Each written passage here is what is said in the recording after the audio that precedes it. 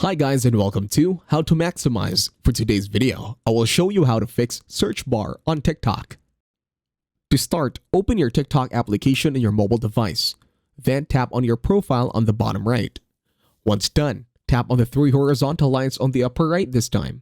Then a pop-up will appear. On the pop-up, tap on Settings and Privacy. Once you are here, log out from your TikTok application. Once done logging out, this time open your App Store in your mobile device. On the search bar, search for TikTok. Once you find your TikTok application, this time if it says Update, just update your TikTok application. Next, open your Settings application on your mobile device, look for General, then on General, tap on iPhone Storage. Once on iPhone Storage, you can now scroll down or use the search bar and then look for TikTok. Once you locate TikTok, tap on the application. In here, tap on Offload App. And that's it. Thank you very much for watching. Please leave a like, share, and subscribe to the channel.